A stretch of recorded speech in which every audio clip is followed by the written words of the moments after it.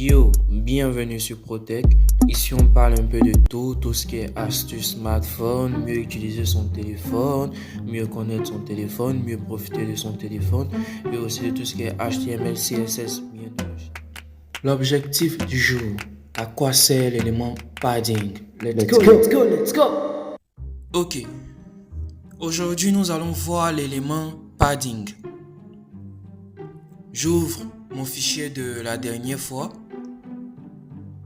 Petit rappel, la dernière fois, nous avons vu l'élément border et border radius pour les arrondis là. Voilà, aujourd'hui nous allons voir le padding. Le padding c'est quoi? Lorsque nous avons par exemple une image à l'intérieur d'un rectangle, d'un carré ou bien un texte à l'intérieur d'un rectangle, on peut définir les marges haut, à droite, bas et à gauche. Un peu comme lorsque nous sommes dans Word. Vous voyez, on a la marge, on a haut, on a gauche, on a bas et puis on a droite. Donc le padding va nous permettre de définir les différentes marges. Voilà. Haut, gauche, bas, droite. Donc comment cela fonctionne? Et il y a deux façons de le faire. Soit tout tient sur une ligne, on verra à la fin, ou soit on va inscrire padding top, padding right, padding bottom et padding left. Vous l'avez bien remarqué, ça fonctionne dans le sens des aiguilles d'une montre. Voilà. Donc on va commencer avec le premier. Toujours dans mon fichier CSS. On va essayer d'insérer une marge en haut. Donc padding top. Toujours en pixels. 50 pixels pour tester.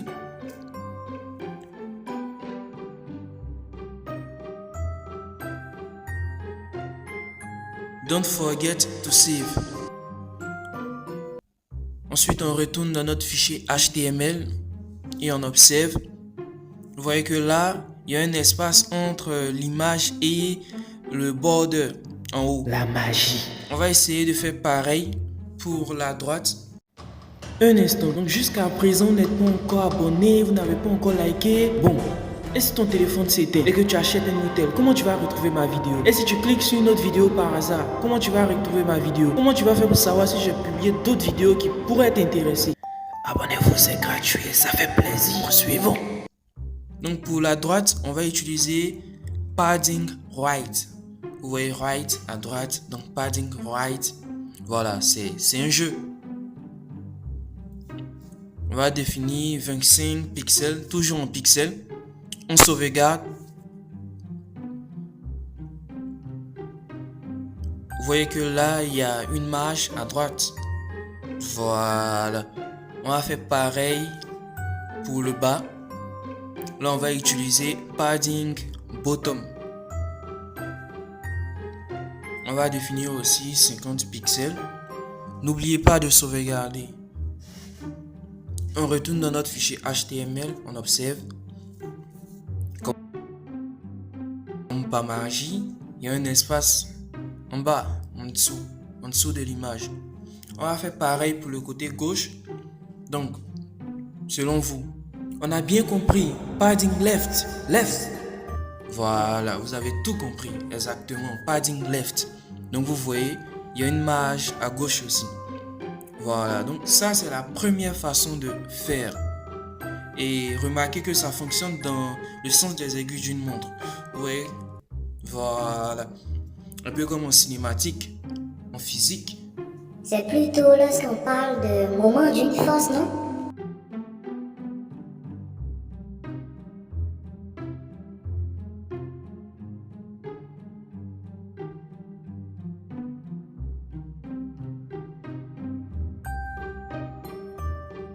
On va supprimer les différents padding, top, left, bottom, protect, voilà, on supprime tout, on sauvegarde. Vous voyez que l'image est redevenue comme au début de la vidéo. Ok.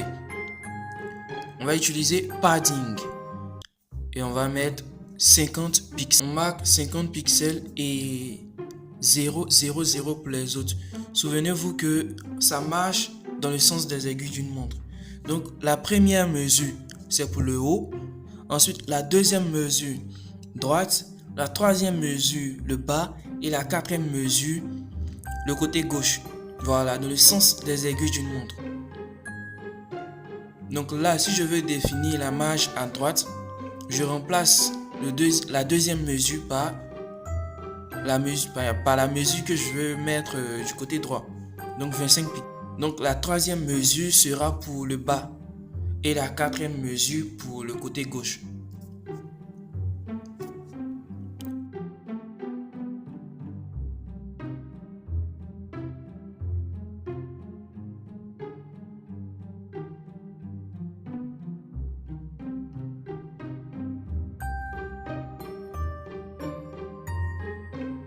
Cela marche aussi avec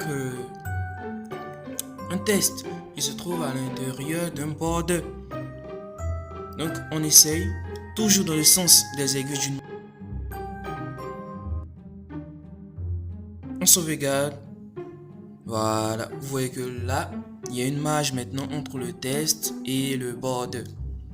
Voilà. Ainsi, vous avez vu ce que c'est que l'élément padding. Voilà. On ne peut plus rien te montrer encore. Voilà. Donc, n'hésite pas à t'abonner pour ne pas manquer les prochaines vidéos. N'hésite pas à checker les vidéos précédentes. N'hésite pas à laisser tes préoccupations en commentaire. N'hésite pas à liker si ça t'a plu. C'est gratuit. Voilà.